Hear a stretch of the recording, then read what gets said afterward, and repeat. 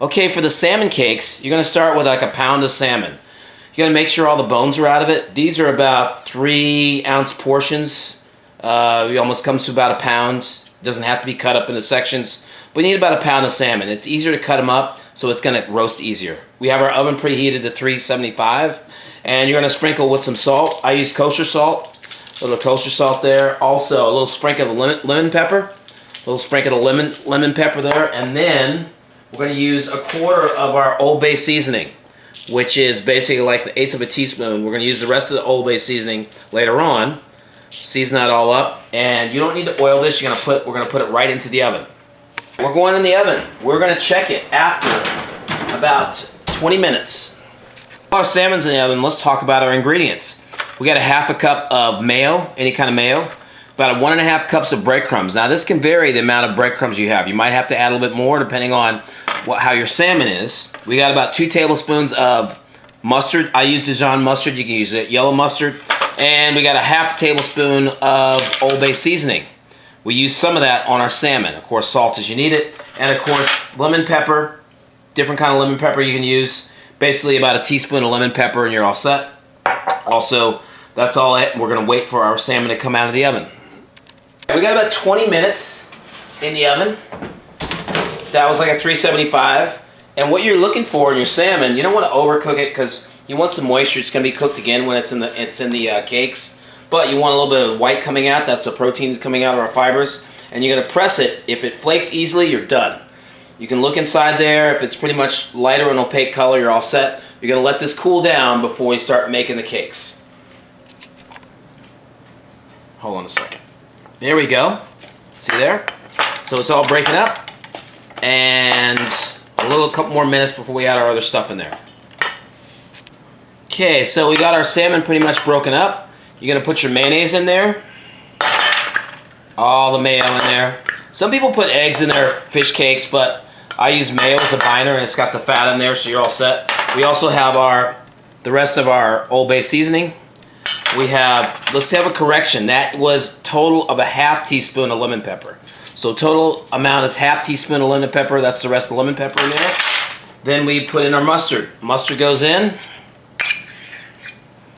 Before we start mixing this around. Now you're going to put a couple of dashes of salt in there. After we make this mixture, you'll be able to taste it because everything's cooked. So I'm going to sprinkle 2 nice sprinkles of kosher salt or sea salt in there. And then it's time to mix everything around. Get every last drop of that mustard in there. Like that. And now we're going to start folding over. You don't want to mash it back and forth too much. You want to move it over this way so you start getting all your wet ingredients mixed in with the salmon all around. And you don't have to overdo it, but you want to see it's pretty mixed well when we're doing that, right? All around. Get the sides and underneath. A lot of people forget to mix all the sides and underneath as well. And there's our salmon there. So now we're going to start working on our breadcrumbs. You're going to work in half your breadcrumbs first. You don't want to put them all in at first. Half of those is going to go in. Then we're going to start folding under and over to get this to bind together. We want it to mix, but we don't want to over mix it. We don't want it too mealy and too mushy. You want to feel some of that texture of the salmon. So now it's starting to come together. You want to go start putting the rest. Actually, you can do your breadcrumb in thirds because if it seems like it's a little too dry, that's when you stop. Okay? So you want this to bind, but you don't want it to be too bready. So right now we are at a cup of our breadcrumbs. This is a good sign. So now you can see how it's holding together. You want that. Now is the time also you're going to taste it. You're going to get a little taste and see where your salt is. If you feel you want more salt in there, you go for it. I'm fine because I have the mustard as well. I have the lemon pepper. If you wanted to squeeze fresh lemon juice, that's where you would squeeze it in right now. Otherwise, we're good, okay? We still have like 1/2 cup of breadcrumbs left, and we have our salmon holding together, okay? That's what we want. So now we're going to get ready to add the rest of the breadcrumbs on the outside of our salmon cake. Alright, so we had that 1 cup of breadcrumbs in. Now we're going to form our cakes. Basically, I like to freehand them. So I start with a size, which is about 2.5 inches in width, up to 3 inches. And it's like you start a ball first. You form your ball. Then you're going to do right around the edges.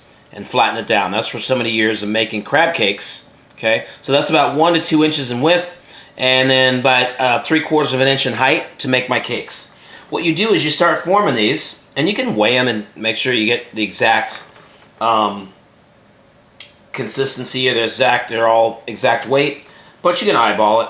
You're going to probably get about 6 to 7 or 8 cakes out of this, and have them out, because we're going to put the rest of the breadcrumbs just barely on the outside of what we have left, and shaping those in the balls. That gives you your measurement, right?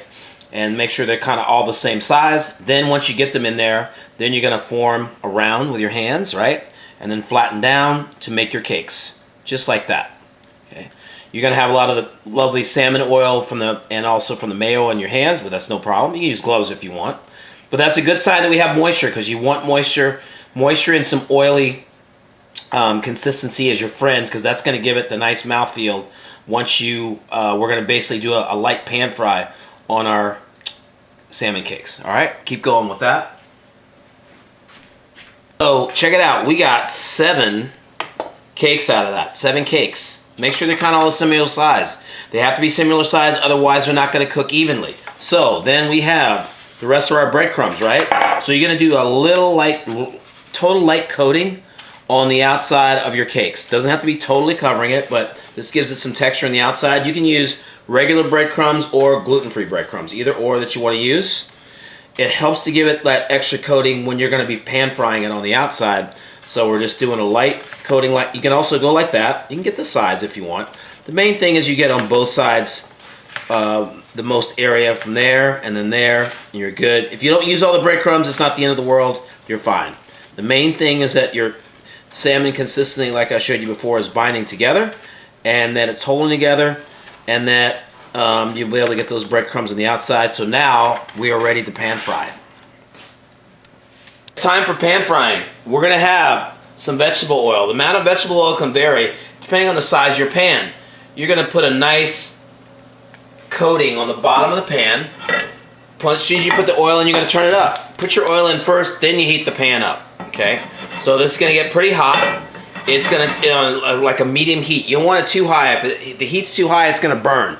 You don't want it burning at first. You want it to heat up, and you'll start seeing some ripples in the oil. That's a sign that our oil is moving, the properties are changing, the heat is going there. And you know what? If you're not sure, you can always take a little of breadcrumbs and just put that there in the oil and see if they sizzle. If they sizzle, that means it's ready.